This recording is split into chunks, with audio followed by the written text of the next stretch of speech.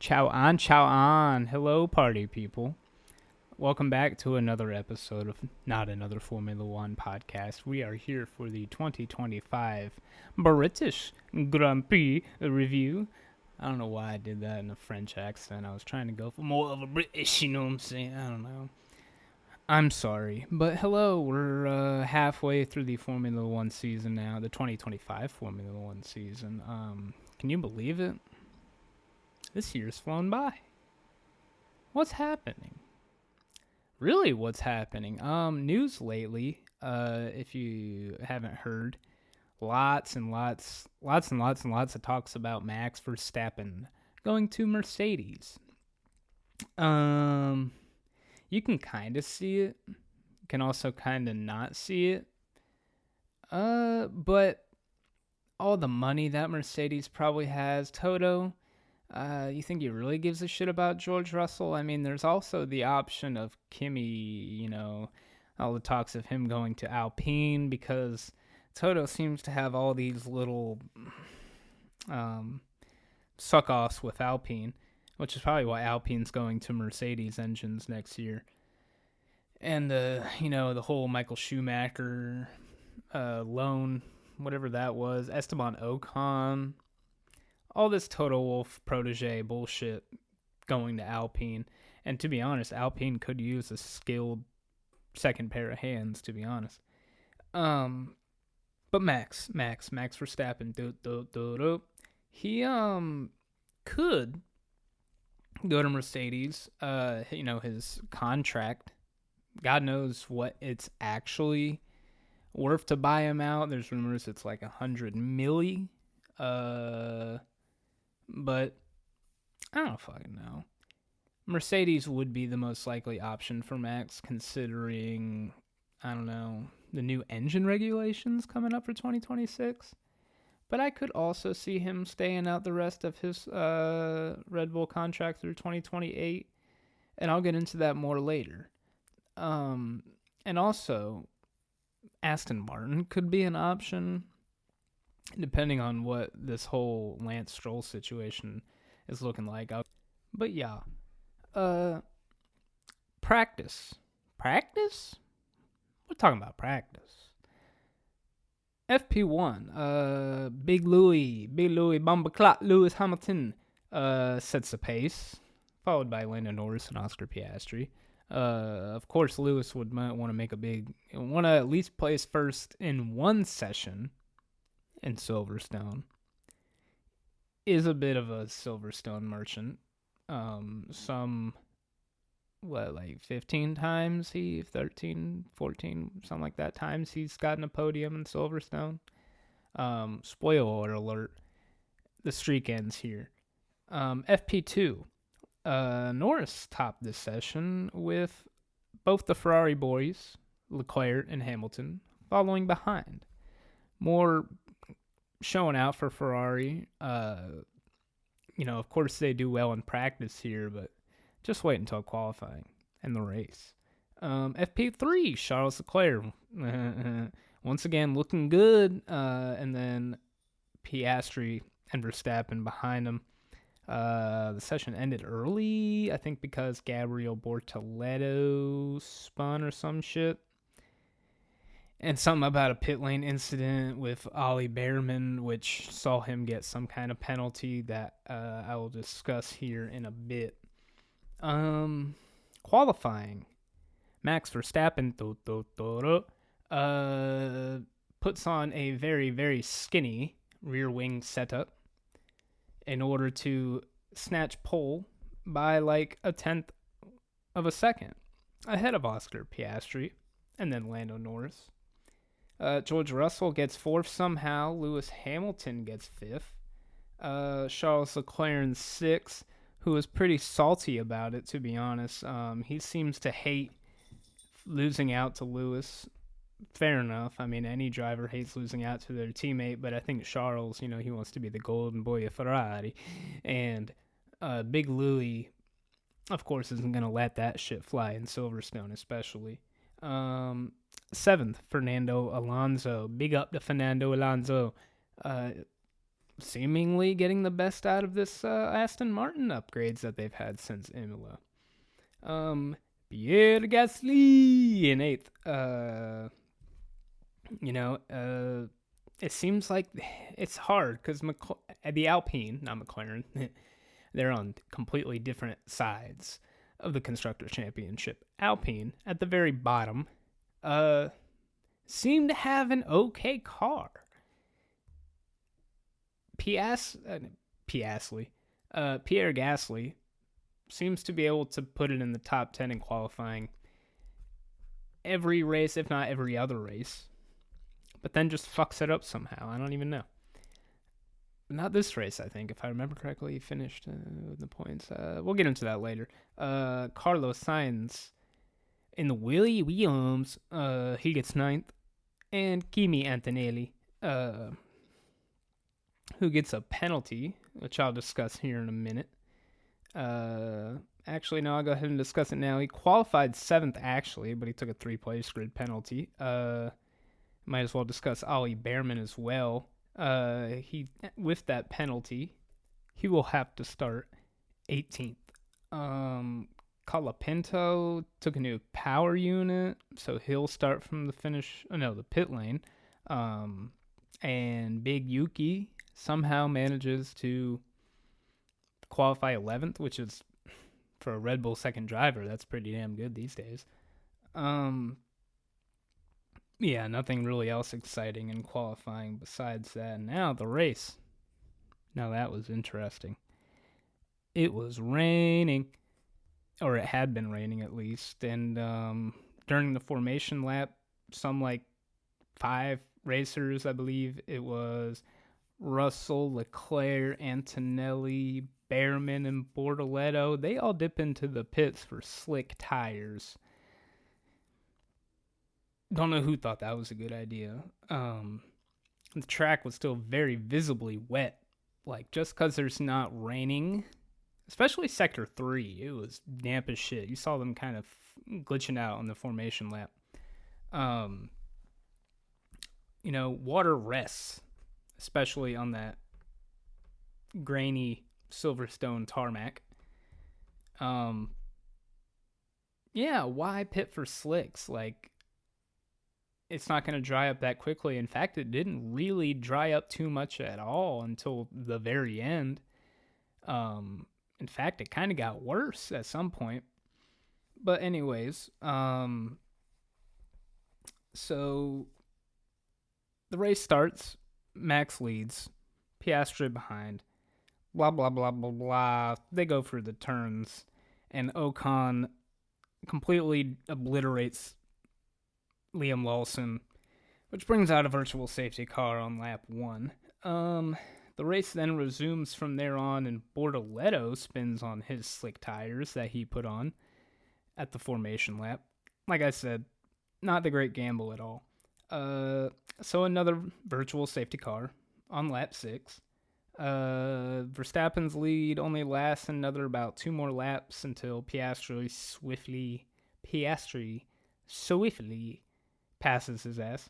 You know how I mentioned Verstappen ran a low downforce setup for qualifying and got first? Well, that really did not help him in this race. He was Bambi on ice, honestly, out there. The tires apparently weren't doing too great either. Can't really keep the tires hot when you're running low downforce. He eventually loses out to Lando Norris as well, but then the rain picks up and the front runners pit for fresh inters. The McLaren's double stack, which is very unfortunate for Lando Norris on the second end of that, because I think it was the front left tire gunman fucked up somehow, and Max was able to repass him in the pit lane through the pits. Within just a handful of laps after that, the heavens opened up on Silverstone, which they ended up deciding to bring out the full course safety car for just to navigate through it. The trail was so bad. But what's crazy about this safety car is that after all the pit gambles and all that other bullshit, we really saw at one point Stroll, Hulkenberg, Gasly, Ocon, Hamilton, Russell, and Alonso, rounding out 4th through 10th. Wicked, dude. Lance Stroll could have been on for a podium.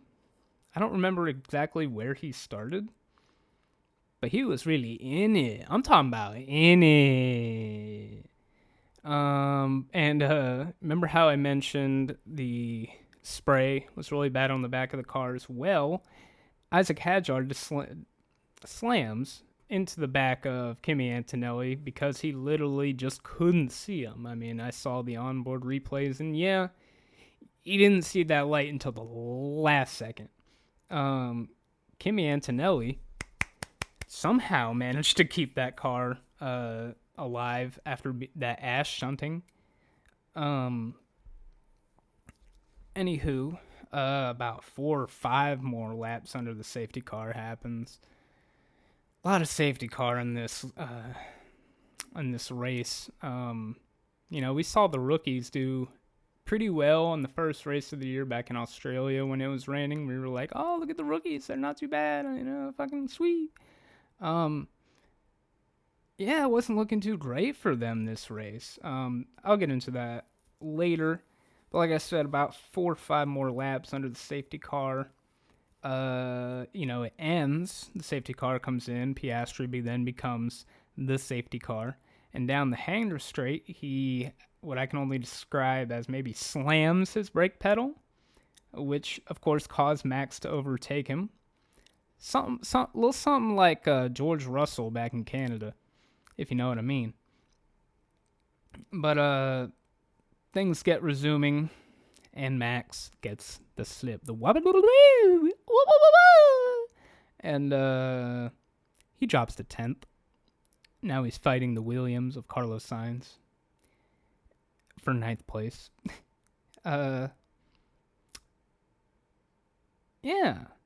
Piastri gets a penalty for that. A 10-second penalty for, quote, braking erratically under the safety car. Despite the safety car actually being in, and he was the safety car, he apparently did something like 60% brake pedal force, which was unnecessary, according to the stewards. But this fucked his whole race up. Honestly, Piastri should have won this damn race, and this penalty certainly did not help his cause, especially when he needed it.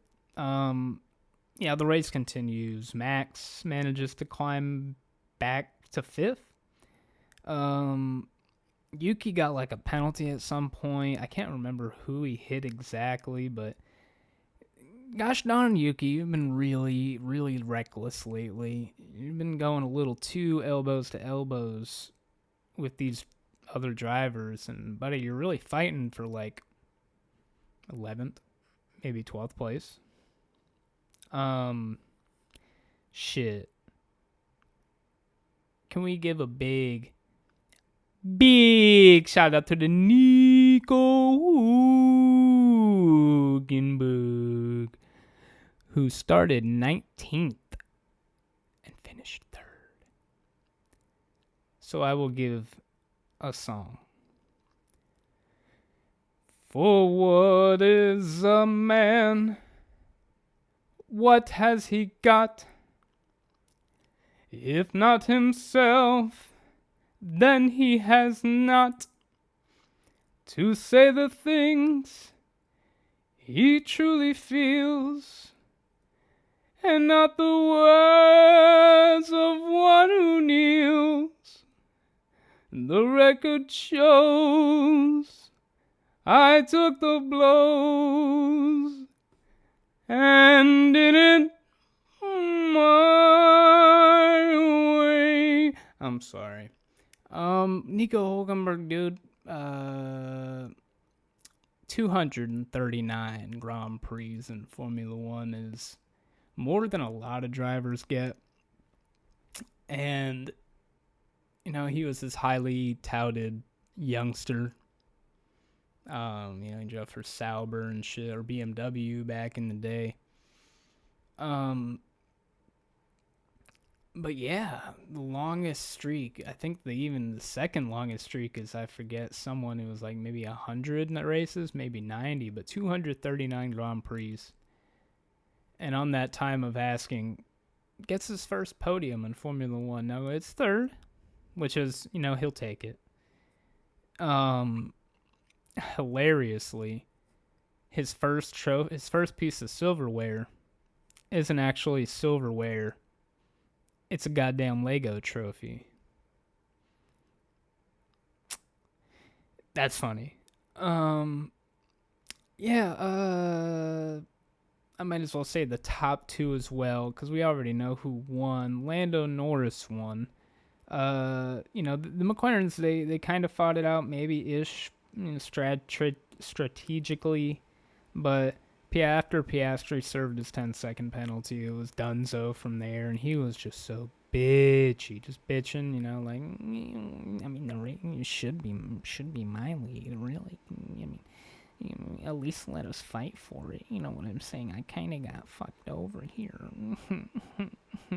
And Lando Norris wins his home Grand Prix. Top 10 finishers.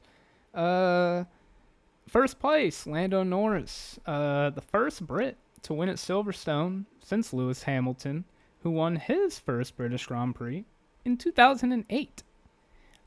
Second place, Oscar Piastri. I mean, what can I say? Should have won. Third place, Nico Hülkenberg. We've discussed this. Fourth place, Lewis Hamilton. His 15th or 16th British Grand Prix. And his first British Grand Prix without a top 3 finish. Fuck it. Who cares? Give Nico Hülkenberg his props. Fifth place, Max Verstappen. Great recovery, I guess. Spun on lap 22. But major ground loss in the title fight. P6, Pierre Gasly. This is a season best finish for Alpine. When they really, really need points, because all their competitors at the bottom are actually starting to score. Scary. People like, the guy in 7th place, Lance Stroll. Actually had a decent race. He was up there. He was up in 4th place at one point, and he started, I don't even know where he started, but it was low. And he gets 7th place, and immediately hops on the radio and says the car was, quote, the worst piece of shit I've ever driven in my life. Yeah, I'm sure the Aston Martin board are going to love that. P8, Alex Albon Williams. I'm sure Albon will be happy just to not be fucking DNFing for the 4th race in a row. P9, Fernando Alonso. Big up the Alonso for wrapping up a double points finish for Aston Martin. And, really putting the team on his back, along with that childish ass prick that drives the other car. P10, George Russell. Very strange gamble at the beginning considering the track conditions. You think that Mercedes would have been a little smarter? Maybe do what the smarter top 3 maybe are doing, staying out. But I thought Mercedes would have been better being at the colder conditions and raining and all. But because we've seen some hot ass British Grand Prix, sweltering British Grand Prix before in the past. But I thought, had it been raining, which it was, he probably could have recovered, or maybe held his 5th place that he qualified in. Probably done better. He'll take a singular point for his efforts. Retirements. Pretty much all the rookies. Antonelli, Hajar, Bortoletto, Lawson, Colapinto, and I think Behrman. Yeah. My top three. No, not my top three. My predictions for this race, my three predictions for this race were one, that Oscar Piastri will win on Lando's home turf. You know, a little walking yo trap, take over yo trap, some type shit like that. But no, that did not happen. Lando won on his home Grand Prix. My second prediction was that Max Verstappen will struggle significantly. That's a really mixed bag of a prediction if we're talking about the answer of whether I got that correct or not. I mean, yes, he struggled significantly. He got pole, but the reason he got pole was the same reason he burnt the fuck out in the race and was pretty lucky to even pull it back to fifth. So, yes, he struggled significantly. I'll take it. Third, I predicted that Liam Lawson will score again and probably get himself a contract for 2026, be it all the focus around Silverstone for Red Bull and their driver lineup decisions. No, Liam Lawson did not score, but contractually, something did happen.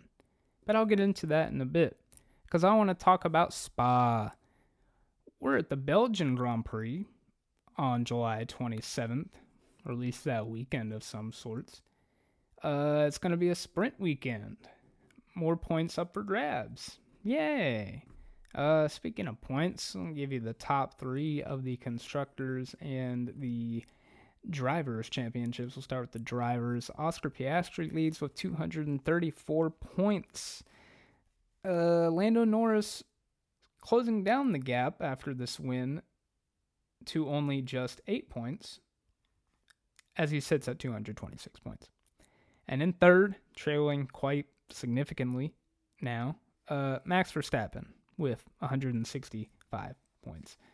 Something like 69 points behind Oscar Piastri. That's a tough recovery. It's gonna take a bit of a miracle now.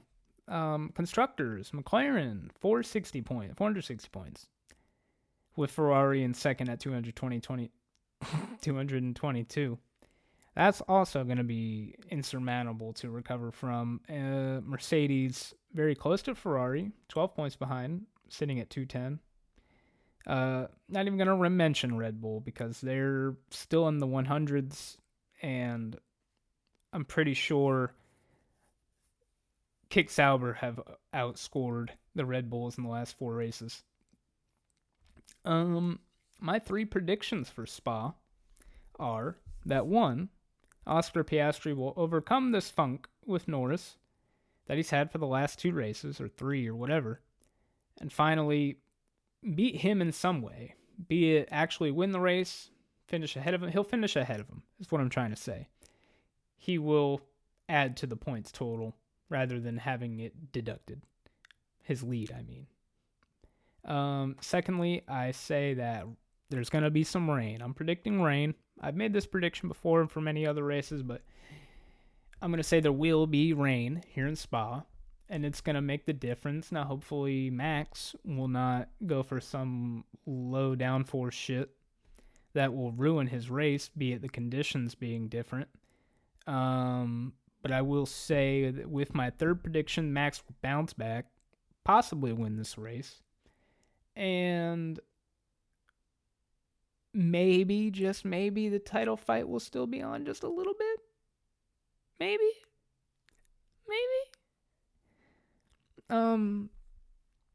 That's all for that. So I'm recording this now, and it's Wednesday, July 9th. It's like maybe 6:30, something like that. I've been up since 3:30, just booing, chillaxing, gooning, shit like that. And I see this. Christian Horner is out at Red Bull after 20 years. There's not a whole lot of information as to why. I'm sure you could take a really good educated guess as to why. But simply the man who has founded and grown this Formula One team to what it is today over the last 20 years is now open for work. Laurent Mekies will now take over as CEO, getting the big promotion. I mean, God forbid Red Bull doesn't steal another piece of clientele from the V-Carb team. Some guy whose name I forget, but is a pretty well-respected guy at V-Carb will take over for Laurent. As for what this means for one Max Verstappen, a lot of people on the internet are saying, oh, if Horner's gone, possibly going to Ferrari.